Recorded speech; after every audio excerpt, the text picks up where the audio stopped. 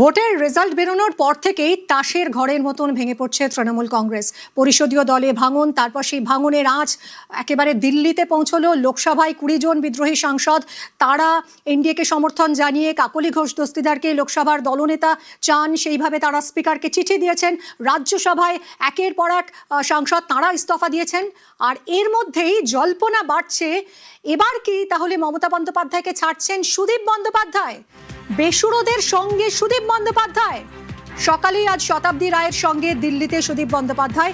দিল্লিতে বিজেপি নেতা ভূপেন্দ্র যাদবের বাড়িতে লোকসভায় তৃণমূলের প্রাক্তন দলনেতা সুদীপ বন্দ্যোপাধ্যায়। কথা বলবো আবির, আমার দুই সহকর্মীর সঙ্গে আবির এবং কমলিকা রয়েছে। কি হতে চলেছে এবার, তাহলে অঙ্কটা ঠিক কোন দিকে এগোচ্ছে, সব নিয়ে কথা বলবো। প্রথমে আবির, তোমার থেকে একটু জানার চেষ্টা করি, দিল্লিতে গিয়ে আজ ঠিক কি গতিবিধি ছিল আজ সুদীপ বন্দ্যোপাধ্যায়? দেখো, শতাব্দী রায়ের সঙ্গেই আজকে তিনি কলকাতা থেকে দিল্লি উড়ে যান এবং দিল্লিতে পৌঁছে তিনি বিমানবন্দর থেকে সোজাসুজি তিনি চলে গেছেন শতাব্দী রায়ের সঙ্গে সুদীপ বন্দ্যোপাধ্যায়, যেটা জানতে পারা যাচ্ছে ভূপেন্দ্র সিংয়ের বাড়ি, এবং সেখানেই তাদের যে বৈঠক, সেই বৈঠক চলছে। তুমি জানো যে বিদ্রোহী ব্লকের তরফ থেকে বলাই হচ্ছিল যে বিদ্রোহী সাংসদরা 20 জন তাদের সঙ্গে রয়েছেন। তাহলে এই 20 নম্বর যেটা হতে চলেছেন সেটা কি হচ্ছেন সুদীপ বন্দ্যোপাধ্যায়, এবং সেই সংক্রান্ত বিষয়ই আলোচনা চলছে। আমরা দেখতে পেয়েছি যে সুদীপ বন্দ্যোপাধ্যায়কে নিয়ে নানা বক্তব্য বিভিন্ন সময় ধরে উঠেছে। আমার সাথে এই মুহূর্তে কুণাল ঘোষ রয়েছেন, তার কাছে সুদীপ বন্দ্যোপাধ্যায় দিল্লিতে শতাব্দী রায়ের সঙ্গে গিয়ে পৌঁছে গেছেন বিদ্রোহী ব্লকে। দেখুন, এটা তো মমতা বন্দ্যোপাধ্যায় আমাদের দলনেত্রী, তাকে শ্রদ্ধা করি, সম্মান করি, তার এটা প্রাপ্য ছিল। এই সমস্ত লোকগুলোকে তো মাথায় তুলেছেন। অনেকদিন ধরে তো বলেছি যে এই লোকটার জন্য অনেক যোগ্য কর্মী বঞ্চিত হয়েছেন। তাপস রায় বা সজল ঘোষ যারা ছিলেন তাদের উপর নির্যাতন করে তাদের স্পেস কমিয়ে দিয়ে সরিয়ে দেওয়া হয়েছে। আজও যে লোকটি মানে দলের পদ ছাড়েননি, তিনি চলে গেলেন ওখানে। উত্তর কলকাতা থেকে জিতেছেন বিজেপি বিরোধী ভোটে, আর খবর পাচ্ছি উনি বসে আছেন ভূপেন্দ্র যাদবের বাড়িতে। যদি সেটা ঠিক হয়, এই সমস্ত লোকগুলি মানে রাজনীতিটাকে এবং দলটাকে নোংরা করে দিয়ে গেছে।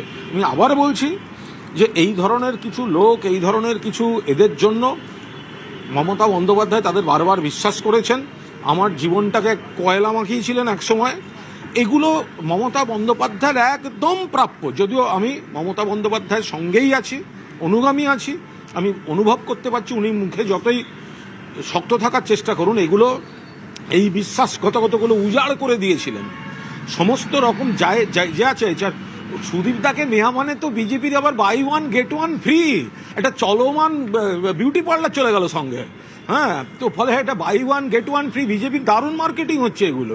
ফলে এই সব মালপত্র যত চলে যায় সে তো ভালো কথা, কিন্তু এগুলো যে সময়ে যাচ্ছে, উত্তর কলকাতার মানুষ তারা ভোট দিয়েছিলেন কদিন আগে। আরও মজা জানেন, যেদিন মমতা বন্দ্যোপাধ্যায়ের বাড়িতে সিআইডি এলো, সিআইডি যেদিন এসেছেন, আমরা যারা ওখানে ছিলাম, সুদীপ বন্দ্যোপাধ্যায় আমায় ফোন করেন, কুণাল তুমি কোথায়? আমি বললাম এই তো আমি মমতা বন্দ্যোপাধ্যায়ের বাড়িতে। বললো নয়না যাচ্ছে তোমাদের ওখানে, একবার থাকা উচিত। বললাম আসুক। তো নয়নাদি এসে আর পৌঁছননি, কিন্তু নয়নাদির হাজব্যান্ড সঙ্গে নিশ্চয়ই নয়নাদি তো আর একা ছাড়বে না ওকে। নয়নাদি ওনাকে নিয়ে বিরাট চিন্তিত, শরীর স্বাস্থ্য পরচুলো সব নিয়েই চিন্তিত। তো এখন দিদির বাড়িতে সেদিনকে আর এসে পৌঁছলো না। সুদীপটা ফোন করেছে আমায়, আমি কল রেকর্ড দেখাবো, যে নয়না যাচ্ছে। বসে আছি আমি, মদনদা, আমাদের মৃত্যুন ছিল, সবাই করে। নয়না দিয়ে আর এসে পৌঁছলো না। সুদীপদা বিজেপিতে পৌঁছে যাবে।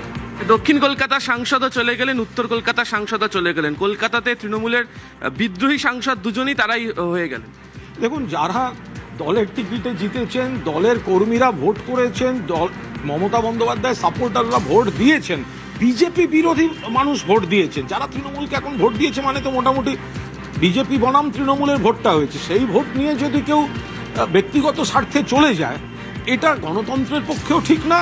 আর এই কালচারটা যেগুলো দেখালেন সেগুলো ঠিক না। আমার মনে হয়, আমি ঠিক জানি না, আমি এটা বলতে পারবো না, এই যে সুরেন্দ্রনাথ কলেজ, এই যে উইয়ে খাওয়া টাকা, এই যে ভেতরের নানা জিনিস, এর সঙ্গে কোনো যাতায়াত আছে কি না, সেগুলো তো সব তদন্ত সাপেক্ষ। এখন গিয়ে পায়ে পড়ছে হয়তো।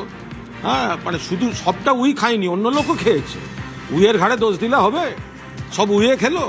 তো ফলে সেগুলো তদন্ত দরকার।